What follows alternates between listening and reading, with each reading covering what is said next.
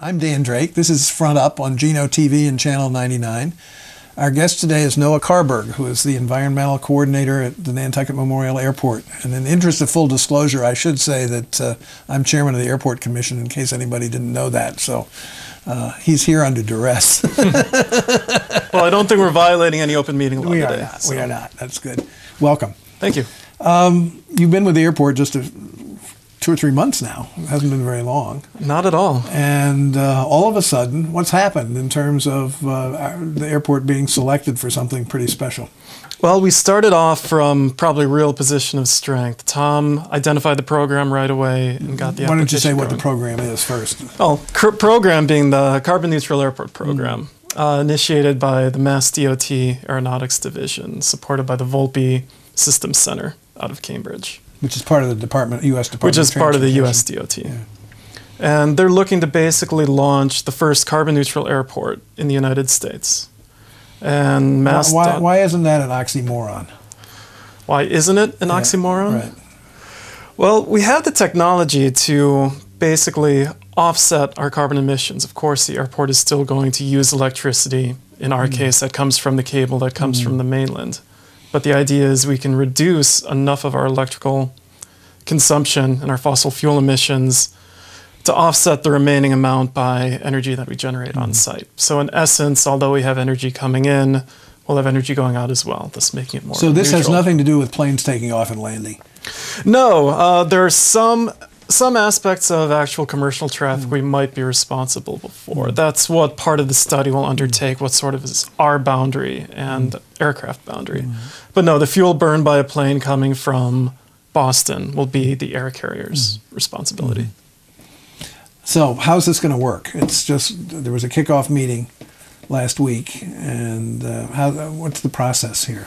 Well, the program is broken into 2 distinct phases. The first one will involve a sort of defining our baseline, inventorying all of our emissions, whether it's gas that we burn in our vehicles, electricity to power the lights, or heating oil to heat the buildings.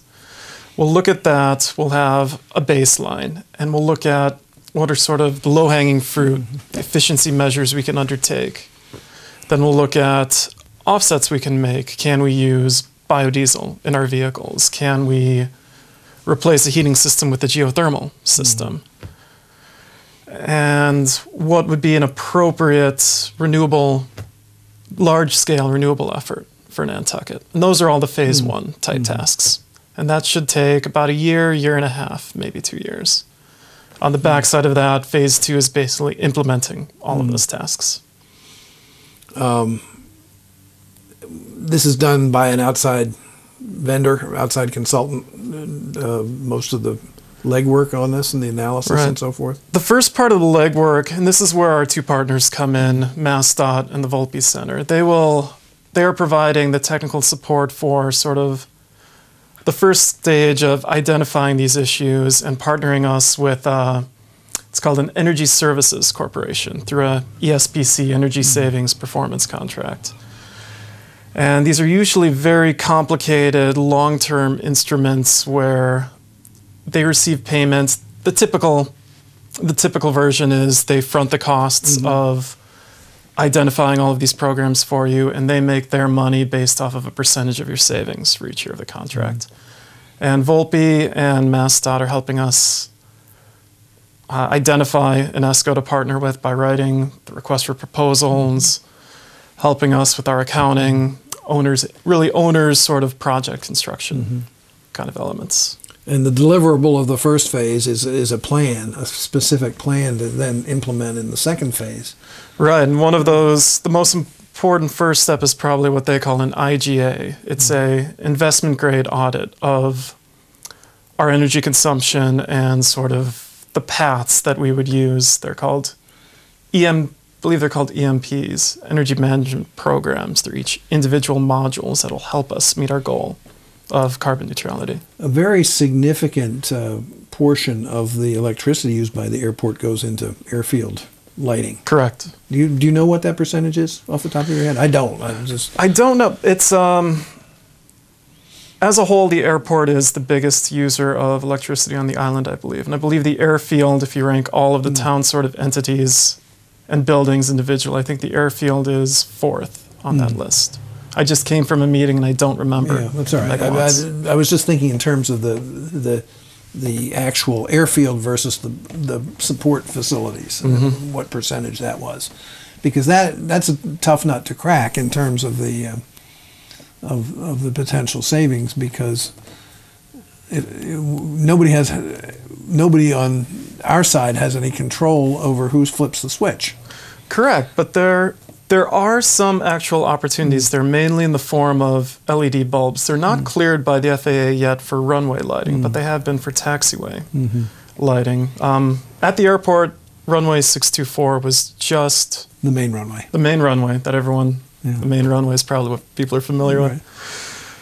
We just had a firm out pulling cable for a lighting upgrade. As part of it, they changed all of the LED bulbs in the actual runway signs that have numbers, not the actual runway lights. That's not sanctioned by FAA yet. And we're actually wondering if we can see that in our individual utility bills. I believe the airfield is on its own submeter. Right.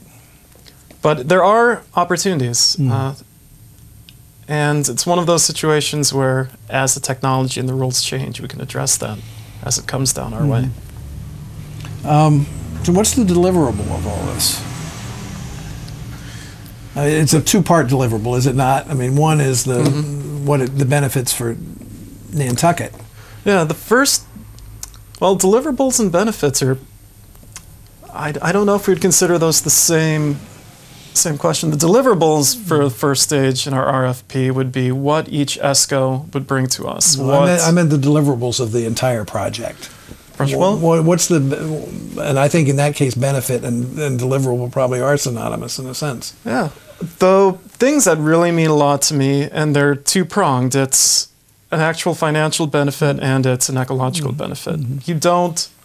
I happen to work with climate change for my entire career. I strongly believe climate change is occurring. And the benefits of Nantucket being able to showcase its commitment to sustainable transportation. I think it's an idea, given the whaling background of Nantucket, where this small island was at the center of both transportation and the energy economies in the 17th and 18th century, into the 1900s, whenever the fire was. But that's something islanders can get behind. And you don't have to believe in climate change to understand the economic payback from cutting our utility bills down as much as we can. For example, anyone who flies out of the airport, our airport or any other, notices that fares are going up and up.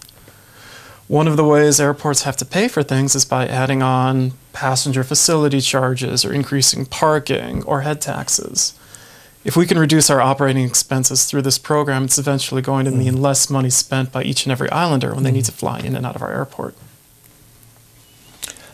But is it also not, in essence, a pilot project?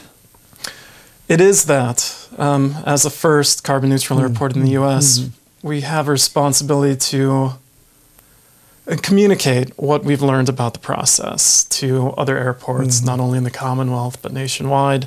Not every airport is going to have the resources that Nantucket does.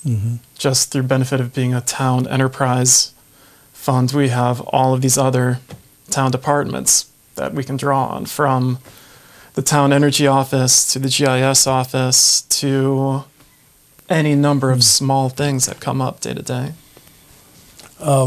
This is a subject you're passionate about, I think. Is it not? It is. It's a verifiable, easily demonstrated project, and you can connect with people about it on so many different levels.